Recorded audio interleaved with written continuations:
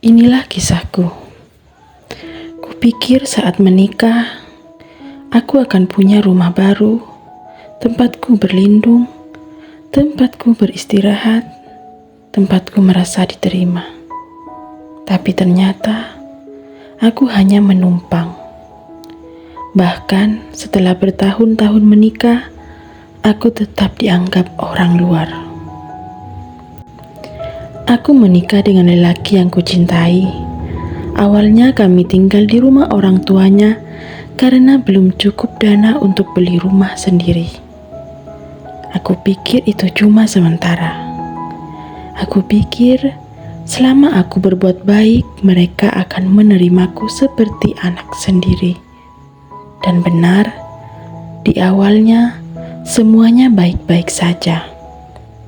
Mertuaku ramah, menyambutku hangat, aku bantu memasak, bersih-bersih, bahkan merawat ayahnya yang sedang sakit. Kupikir aku sudah jadi bagian dari keluarga ini. Tapi semuanya mulai berubah. Komentar-komentar kecil mulai muncul. Masaknya kok begini, beda sama masakan mamanya waktu kecil. Kamu kerja dari rumah, kayak nganggur aja. Kalau kamu gak ada, rumah ini lebih tenang, tahu gak? Aku diam.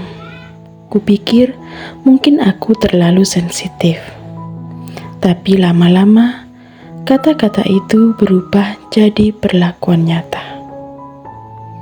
Suatu malam, suamiku pulang terlambat. Aku sendirian di dapur, membereskan sisa makan malam. Lalu ibunya datang dengan nada datar. Ia berkata, "Kamu gak capek ya numpang terus di sini? Ini rumah keluarga kami loh, bukan rumahmu." Jantungku seperti berhenti. Kata-kata itu menusuk lebih dalam dari pisau manapun. Kuceritakan pada suamiku. Dia hanya berkata, "Kamu terlalu baper. Mama cuma ngomong gitu doang. Jangan dibesar-besarin. Toh kita memang tinggal di rumah mereka kan?" Aku menangis diam-diam malam itu. Kupeluk anakku yang sudah tidur pulas sambil berpikir, apakah aku pantas terus bertahan? Kupikir ini rumahku juga. Tapi nyatanya, aku cuma numpang. Di matanya, aku bukan istri anaknya. Aku cuma perempuan yang merebut anak laki-lakinya. Tapi aku akan pergi, bukan karena aku lemah, tapi karena aku ingin menunjukkan bahwa aku juga pantas dihormati. Akhirnya aku mengemasi barang-barangku, tanpa suami, tanpa dukungan, tapi dengan harapan suatu hari anakku akan tahu ibunya pernah berjuang diam-diam. Aku pergi, tapi aku tidak hancur. Aku pergi dari rumah itu hanya dengan satu koper dan anakku di pelukan. Tak ada yang menahan, tidak ada permintaan untuk tinggal. Bahkan suamiku hanya diam berdiri di teras, tak mengucap satu kata pun. Aku menoleh sekali, matanya kosong, dan itulah saat aku benar-benar merasa aku sendirian. Aku tinggal sementara di rumah kontrakan yang disewakan oleh teman lamaku. Satu kamar, satu dapur sempit dan atap yang bocor saat hujan. Tapi entah kenapa, aku merasa lebih tenang. Di rumah itu aku bisa bernafas, aku bisa menjadi diriku sendiri.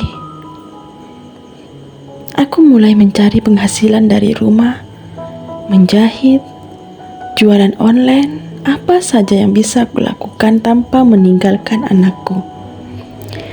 Siang malam aku bekerja, terkadang hanya tidur 2 jam, tapi aku merasa hidup. Tak ada lagi suara yang meremehkan. Tak ada lagi tatapan yang membuatku merasa tak pantas. Anakku mulai tumbuh bahagia. Dia sering berkata, "Mama, sekarang kita lebih sering ketawa ya." Dan saat itu aku tahu, aku mengambil keputusan yang benar. Beberapa bulan kemudian suamiku datang. Dia berdiri di depan pintu rumah kontrakanku. Wajahnya penuh sesal. Dia bilang, "Aku salah, aku gak nyangka kamu bisa pergi. Aku kira kamu butuh aku, ternyata aku butuh kamu." Aku menatapnya. Aku menatapnya dengan lama.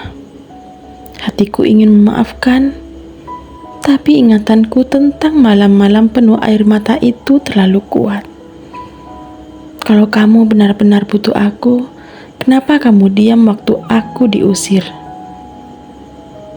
Dia terdiam. Dia tidak menjawab satu kata pun. Dan untuk pertama kalinya, dia menunduk.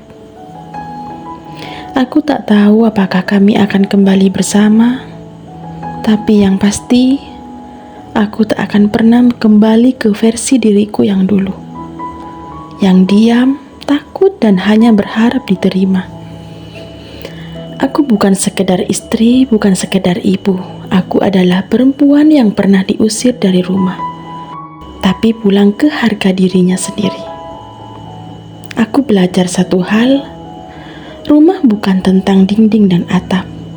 Rumah adalah tempat di mana aku dihargai, dan saat ini aku adalah rumah untuk anakku dan diriku sendiri.